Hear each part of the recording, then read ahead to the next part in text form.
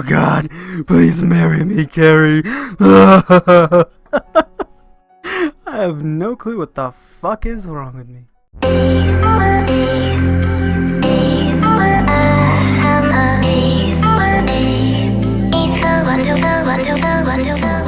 What's up, guys, and welcome to. I feel like that was really loud because my face was like in my mic. But welcome back to some more Sounds of Our Love. Let's continue this because we're going on a date. Yeah. It's so depressing how it's exciting. If that made any sense. All you weeaboos out there, you probably know what I meant. Alright, so let's load this bad boy. Oh, we were at the front door, I forgot. Yes, exciting, isn't it? Ooh, a cold breeze meets. I think I read this line bad last time, so I'm just gonna reread it this time. So yeah, let's work on that. A cold breeze meets my face as I open the door and step out into the world. Ooh. Ah, the breeze of winter? Would it be, if it's cold, would it be close to fall? Alright, soon enough, in my sight I catch Carrie's blonde braids swaying softly in the wind as she twiddles with her thumbs and waits for me. She hasn't noticed me approaching yet, but she soon will. I don't think I'll be able to cover her eyes and surprise her. As I approach her, something weird is made apparent. She's still wearing her school uniform, even though it's Saturday. I have to admit, it does look good on her, but I was hoping to see her wearing something casual. Maybe I should ask her about it. She turns her head towards my direction and finally takes notice of me, looking visibly startled, even though I'm still nowhere near her yet. My hand glides through the wind as I wave to her, slowly but surely, making my way beside her. Hey, Carrie. Hello? How long have you been waiting for? I knew she would arrive before me, but I wouldn't want her to have waited for too long. Oh, not long. That's good. You could just be saying that to make me less concerned about, but I'll trust her on it. Shall we get going then? Carrie takes the initiative, and I give her a thoughtful response. Sure, I'd love to. I said sure, but that's probably what I would have said. But yes, I'd love to. Carrie blushes at my answer. I really do want to go on this trip with her. Wait, Carrie? I'm not really sure whether this is a good time to give it to her, but it's agonizing to keep waiting. I really want her to have it. I have something to give you. Pulling the book out of my coat, I present it to Carrie, in a similar fashion as when she presented hers to me. Maybe not in such a passionate way as she did, but the passion is certainly there, within my fingertips. Carrie stands still, taken aback. She curiously peers towards the book, reaching out and tracing it with the tip of her index finger. She softly blushes and brushes me in the process, going red after the surface of her fingers meet one another. Sorry. You don't have to apologize. She looks up towards me and our eyes meet. Her amber irides shimmer. Her rides? I don't even know how to fucking say that. My bad. I am sorry. Shimmers in the morning light, which are too soon diverted back towards the book within my hands. It's probably very simple, and I'm just really dumb. Really have this? You can have it all. I mean, yes, of course. It's a present. Now it's like, I was reading it calmly, and now it's exciting. Of course, it's a present. You can keep it. Carrie tightens her fingers around the book, once again brushing her smooth skin against mine. This time, she doesn't apologize. However, she can't help but blush once more as her cheeks bloom like a rose in spring. That's very poetic. How did you know I liked this author? Well, they wrote the book you gave me before. It was quite worn, so I assumed you'd read it multiple times. Anyways, let's get going. We wouldn't want to miss the train. You're right. Carrie and I walked towards the train station side by side. In a way, she's acting as my guide, as I still don't know my way around. I can't help but take a few glances at her whenever possible. She herself does the same, peering towards me from time to time. Oh, right. The trip into the city wasn't long, but it sure was enjoyable.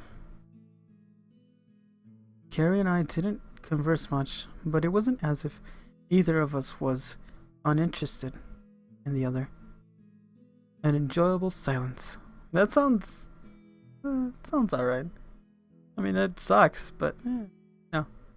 What can you do? Carrie takes me through the city, trying to stay as close to me as she can. Despite her taking the lead, it's confusing, sure, but I wouldn't be one to argue against it. We're almost there. She continues to weave through the urban sprawl as we make our way towards the library we had planned on visiting. The way she walks is quite cute in its own way, as she takes small, dainty strides, making light footsteps which tap quietly against the pavement. Finally, she stops and turns. I really like, finally, damn! Finally, she stops and turns towards me, almost making me bump into her. Sorry. She looks visibly upset about the ordeal, so I calm her down, as always. It's alright, Carrie. Okay. Anyway, we're here now. I look at my left to see a modern building and a signage designating it as a town's public library. The exterior is fairly clean, though perhaps it is a newly built. I preferred the old one. The stonework was pretty. Though, this one is good too. Carrie gives me her thoughts on the building, confirming my suspicions. On the date of construction, it's no surprise. Urban areas are always changing. Shall we go inside? Sure. You should have brought your uniform. They give discounts to students. She's a smart cookie. Why didn't you tell him? He doesn't live very far. He could have just ran back, put on his uniform, and then gone that way. God, he's so dumb. Just play. God dang it. She should have told him a long time ago too. God, now I'm pissed off.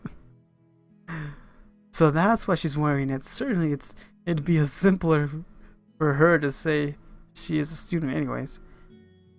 Though pretending to be a regular high school on the Japanese curriculum works too, even though she looks far from it.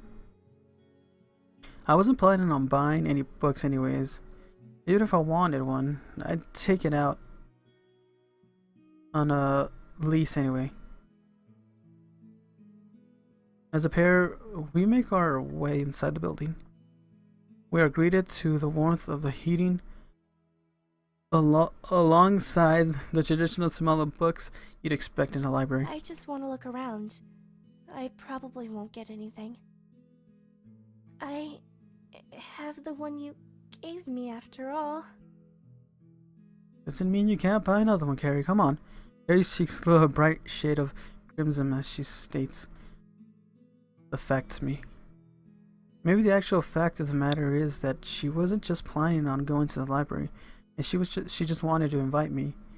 Well, invite me out. Well, it's a possibility. I want to do more with her. That just sounds like, if you just cut it there, that just sounds so bad. I know I always point that stuff out, but it's just me, I guess. I want to do more with her, but just coming here is enough. Seeing her cute demeanor on the weekend is a treat. in and of itself. The two of us strolled through the library together, with Carrie taking me between the bookshelves as she scans for anything that might pique her interest. Or pique her interest. It's probably pique. There's no T in there. I'm so dumb when it comes to reading this shit. Alright. This is the last line I'm reading because I think I'm at the 10-minute mark. That means I gotta end the episode. I'm way too hype. It's kind of late. I can't help but watch her eyes dart from shelf to shelf as she looks keenly at the covers of each book. Book. ASMR. I'm just playing.